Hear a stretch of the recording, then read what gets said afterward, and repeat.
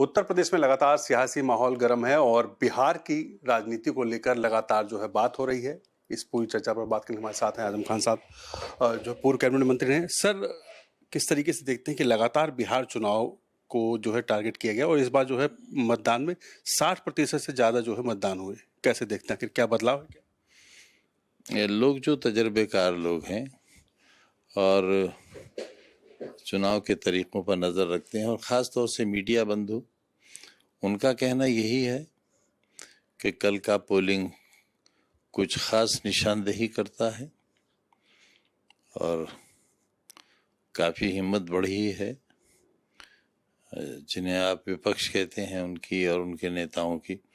और आज आपने बॉडी लैंग्वेज देखी होगी अखिलेश जी की, जब वो रवाना हुए तो बहुत भरोसे और बहुत उम्मीद के साथ रवाना हुए हैं। और दौरान गुफ्तगू भी उनका कहना यही था कि हालात बड़े पैमाने पर पक्ष में हैं और लोग बदलाव चाहते हैं। सर, लेकिन इससे पहले भी कई रैलियां ऐसी हुई हैं जिसमें लगातार जो है अब नए नए शब्दों का प्रयोग किया जा रहा है। इससे पहले जब यूपी के चुनाव होते हैं तो कटो के बटो की बात करते हैं, अब वहां पर ये बोला है कि जो राम का नहीं वो किसी के काम का नहीं। अब देखिए, इसमें जो लोग बोल रहे हैं वही इसके लिए जवाबदेह होंगे।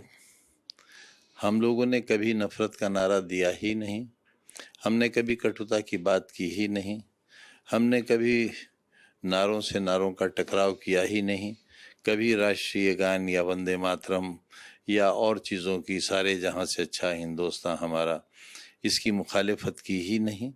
दिल है जिस पर आ जाए, तो अब दिल पर भी अगर कंट्रोल होने लगेगा और मोहब्बतों के लिए भी शर्तें होने लगेंगी तो लोग मोहब्बतों के रास्ते छोड़ देंगे। फिर तो सारा नफरत का ही कारोबार होगा और नफरत से दुनिया जिंदा नहीं रह सकती, जी नहीं सकती नफरत से। आज प्रधानमंत्री ने भी कहा है कि जो राष्ट्रगीत जिसको बोला जा रहा है वंदे मातरम को जो है 150 साल पूरे हो गए हैं, उस पर जो है बोला कि अब जो है भारत जो है कटेगा नहीं, सब एक धारा में, सब पूरा भारत वंदे भारत रहेगा। ना तो देखिए, उन्हें डराना नहीं चाहिए, हिम्मत बढ़ाना चाहिए। ना कटेगा, ना कोई काटने की हिम्मत रखता है, कोई क्यों काटेगा और किसी को क्यों काटना चाहिए? काटने वाली बात कहां से आ रही है? कौन कट गया? वो कटने वालों ने तो कुछ कहा भी नहीं, क्योंकि वो तो कपड़ों ही से पहचान लिए जाते हैं।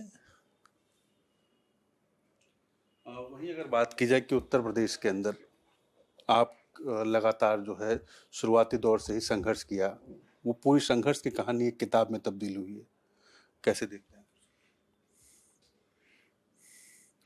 अब जैसे जैसे वक्त गुजरेगा वैसे वैसे बहुत सी चीज़ें सामने आएंगी। आज तो लोगों के अंदर बहुत खौफ है, डर है और लोग दिन को दिन कहने से भी घबराते हैं। और इस हिंदुस्तान की कल्पना शायद बापू ने भी कभी नहीं की होगी। अगर बापू ने ऐसे भारत की कल्पना की होती, अगर बाबा साहेब अम्बेडकर ने इस ऐसे हिंदुस्तान की कल्पना की होती, अगर नेहरू जी ने, मौलाना अबुल कलाम आज़ाद ने, खान अब्दुल गफ्फार खान ने, अगर इन लोगों ने ऐसे हिंदुस्तान की कल्पना की होती तो उनकी रूह कांप गई होती और संविधान में यकीनन ऐसी धाराएं होती कि वो इन हालात पर भी कोई ना कोई संवैधानिक फैसला लेते। उन्हें शायद ये आभास ही नहीं रहा होगा कि कभी ऐसा हिंदुस्तान भी होगा जहां सिवाय नफरत के ताकत पर और कुर्सियों पर बैठे हुए लोग इंसानियत की बात ही नहीं करेंगे और बात जंगलियों की करेंगे, बात जंगल की करेंगे, बात राज की नहीं जंगल राज की करेंगे। तो ऐसा शायद उन्होंने कभी सोचा नहीं होगा, वरना संविधान गवाह होता हमारा इसको रोकने के लिए तरीके होते संविधान में। सर, बिहार में चुनाव के लिए क्या आप चाहेंगे, क्योंकि स्टार प्रचारक की सूची में आपका भी नाम है समाजवादी पार्टी के? मैं जा तो रहा हूँ, रोज जा रहा हूँ, माध्यम बदला हुआ है, आपके माध्यम से रोज जाता हूँ और जिस्मानी तौर पर इसलिए नहीं जा पा रहा हूँ कि जो लोग उस जंगल राज में जा रहे हैं उनकी 20 साल से सत्ता है और आज भी जंगल राज है। तो उन लोगों के पास तो हथियारों के काफिले हैं, AK-47, AK-56 और ऑटोमेटिक गन्स हैं जिसके साथ वो जाते हैं। और जंगल में जाना ही चाहिए हथियारबंद होकर, वरना जंगल में तो हर तरह की चीज मिलेगी आपको। तो और मैं बिल्कुल निहत्था हूँ, अकेला हूँ, कोई सुरक्षा नहीं है मेरे पास। मेरे परिवार के पास मेरा बेटा 2 बार विधायक रहा, मेरी बीवी MLA रही, राज्यसभा की मेंबर रही। आप जानते हैं मैं 10 बार MLA रहा, राज्यसभा का मेंबर रहा, लोकसभा का रहा, लीडर अपोजिशन रहा, 4 बार मिनिस्टर रहा। तो जो एक बार विधायक हो जाते हैं उनके पास भी 2-2 गनर हैं, लेकिन मेरे पास, मेरे परिवार के किसी व्यक्ति के पास और खुद मेरे पास, जिसका इतना लंबा राजनीतिक पास्ट है, मेरे पास कुछ भी नहीं है। अकेला हूं बिल्कुल। लेकिन एक गैबी ताकत है जो मेरे साथ चलती है, अब आगे भी चलेगी। लॉ एंड ऑर्डर को कैसे देखते हैं यूपी के, कि लगातार जो है लॉ एंड ऑर्डर की बात होती है, पीठ थपथपाई जाती है? अच्छा शब्द है, ऑर्डर पर बात करें। ऑर्डर है, बस ऑर्डर है। पहला वाला लफ्ज कभी हुआ करता था, इस वक्त तो नहीं है, क्योंकि मुर्गी चोरी कराने में डकैती की धाराएं लगी हैं। एक ही मुकदमे में 21 बरस की सजा हुई है, 36 लाख रुपए का जुर्माना हुआ है।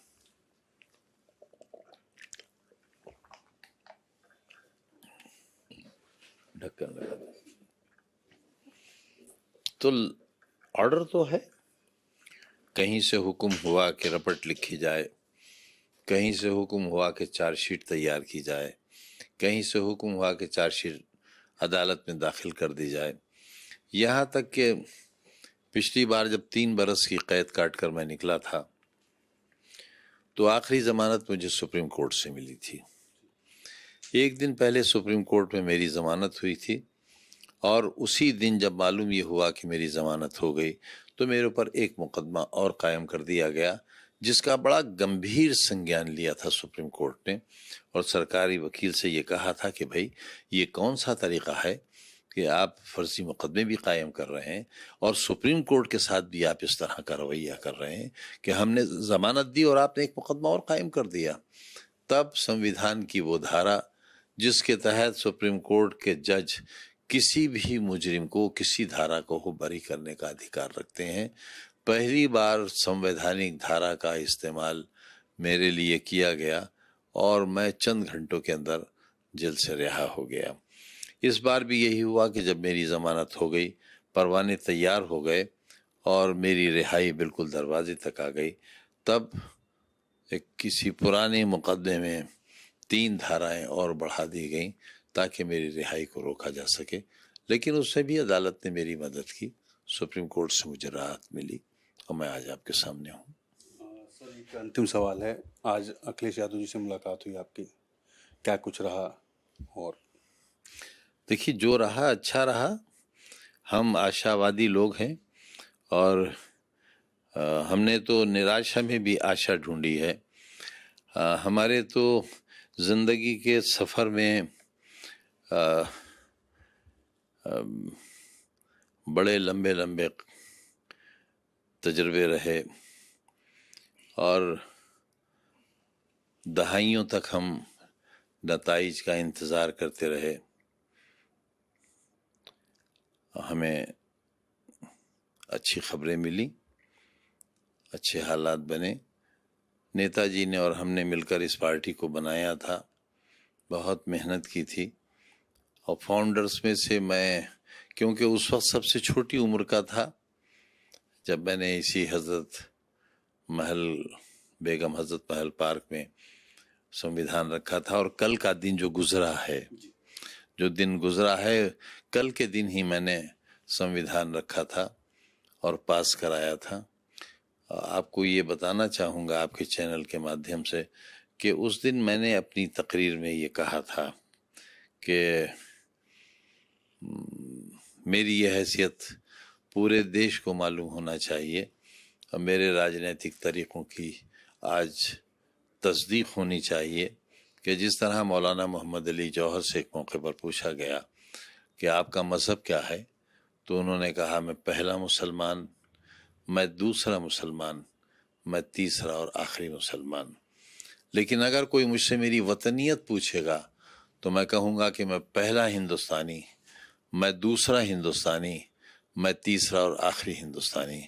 लिहाजा मेरे लिए भी आज वतन वालों को ये मालूम रहे कि मेरी वही हैसियत है जो मौलाना मोहम्मद अली जौहर की थी, जिन्होंने राउंड टेबल कॉन्फ्रेंस में आखिरी खिताब करते हुए ये कहा था कि आज मैं वतन की आज़ादी का परवाना लेने आया हूँ, और अगर गोरो आज मुझे मेरे वतन की आज़ादी का परवाना न मिला तो मैं ज़िंदा वापस नहीं जाऊँगा, और अगर मैं मर जाऊँ तो मेरी लाश ग़ुलाम हिंदुस्तान में दफन न की जाए। अल्लाह ने उनकी दुआ को कबूल किया, मौलाना का इंतकाल हुआ और मौलाना का जनाजा बैतुल मक़दस में दफन किया गया। और ये भी तारीख़ है कि तकरीबन 42 मुल्कों के हेड ऑफ़ द स्टेट्स उनके जनाजे में शरीक हुए, और उनका जनाजा इतना लंबा था, इतनी भीड़ थी कि तारीख़दां लिखते हैं कि उसका दूसरा छोर देखा नहीं जा सका। और वो जुलूस जो जनाजे का जुलूस था वो इस तरह मातम में बदल गया था जिस तरह आप लखनऊ में देखते होंगे मुहर्रम के दौरान मातमी जुलूस निकलता है। तमाम लोग अपना सीना कूट रहे थे क्योंकि आज खिलाफत का सबसे बड़ा सिपहसालार और हिंदुस्तान की आज़ादी का सबसे बड़ा नायक दुनिया से रुखसत हो चुका था। धन्यवाद। तो ये थे आज़म खान साहब जिन्होंने साफ तौर पर बोला कि संघर्ष जो है वो बरकरार है, बरकरार रहेगा, और किसी भी तरीके से जो है जो राजनीतिक सियासी गलियारे में चल रहा है उससे उन्होंने साफ कहा कि ये सियासत है और सियासत जो है इसे बरकरार रहेगी, लेकिन संघर्ष जो है वो कहीं समाप्त नहीं होगा। कैमरा पर्सन आदित्य तिवारी के साथ रामनीत भट्ट, के न्यूज़, लखनऊ।